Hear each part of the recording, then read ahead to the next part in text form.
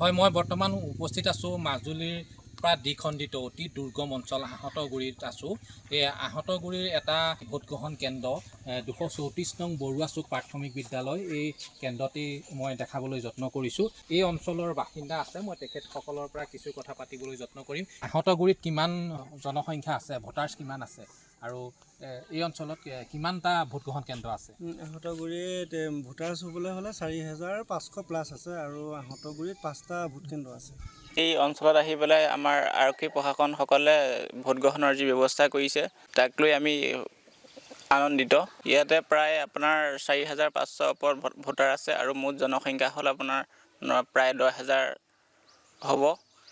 আৰু বাকী আহঁতগুৰিৰ যি যাতায়াত ব্যৱস্থা সেয়া আপোনালোকে গম পাইছেই। অতি দুৰ্গম অঞ্চল, ইয়াতে কোনো ৰাস্তা পদূলিৰ পৰা ধৰি বা গৰাখহনীয়া বহুতো সমস্যা হৈ আছে। সেইখিনি যাতে যি প্ৰাৰ্থীয়েই বিজয়ী নহওক সেইখিনি যাতে সুচল কৰি তোলে তাৰ প্ৰতি আমাৰ আহ্বান। আপোনালোকে প্ৰশাসনৰ মানুহ আহি এই ভোটগ্ৰহণ কেন্দ্ৰসমূহ পৰিদৰ্শন কৰিছেনে বা যাৱতীয় ব্যৱস্থা কেনেধৰণে কৰিছে? ইতিমধ্যে দুবাৰ আহিলে। ইয়াৰ প্ৰতিটো ভোট কেন্দ্ৰলৈ প্ৰশাসনৰ ব্যক্তি আৰু জিলা সমিতিৰ মানুহ ইয়ালৈ দুবাৰ আহিলে। দুবাৰ আহি সম্পূৰ্ণ সুচাৰুৰূপে কৰি থৈ গৈছে। বাকীখিনি নিৰ্বাচনৰ সময়লৈ সময় আছে আৰু। হয়, এয়া মই আপোনালোকক দেখাবলৈ যত্ন কৰিলোঁ মাজুলীৰ অতি দুৰ্গম অঞ্চল আহঁতগুৰিৰ এটা ভোটগ্ৰহণ কেন্দ্ৰৰ